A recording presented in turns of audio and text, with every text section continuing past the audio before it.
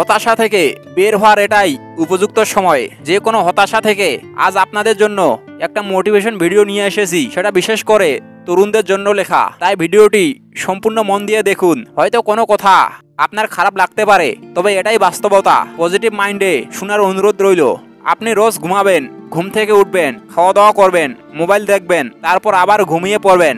তারপর যদি আপনার কখনো পড়াশোনার কথা মনে পড়ে, তাহলে কাঁদবেন আর ভাববেন আমার দ্বারা তো কিছুই হবে না, কারণ আপনার তো পড়াশোনায় মন বসে না। এসব উল্টাপাল্টা ভেবে আপনি আবার ঘুমিয়ে পড়বেন, তারপর আবার যথারীতি জেগে উঠবেন, খাওয়া দাওয়া করবেন, মোবাইল দেখবেন, আর এভাবেই চলতে থাকে দিনের পর দিন। এবার থামেন ভাই, বাস্তবতা বলি। আপনার থেকে তো একটা বন্য প্রাণীর জীবনও অনেক ভালো। বন্য প্রাণীরা অন্তত পক্ষে এটা জানে যে তার কখন কি প্রয়োজন। সময় একরকম থাকে না, জীবনের সময় খুবই কম, আর ধীরে ধীরে আমাদের সময় আরো কমে যাচ্ছে। আজকে আপনাকে আপনার বাবা মা ডাল ভাত খাওয়াচ্ছে, বড় করে তুলছে, কিন্তু কাল আপনাকে কে খাওয়াবে?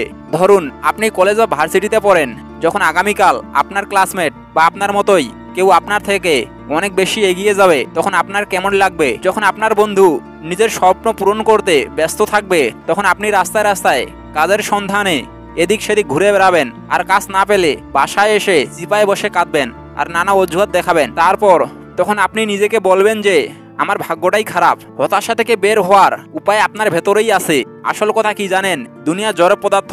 আপনি এসব আবেগ দিয়ে কাকে বলদ বানাচ্ছেন? কার কাছে বিভিন্ন মিথ্যা কথা বলে বেড়াচ্ছেন?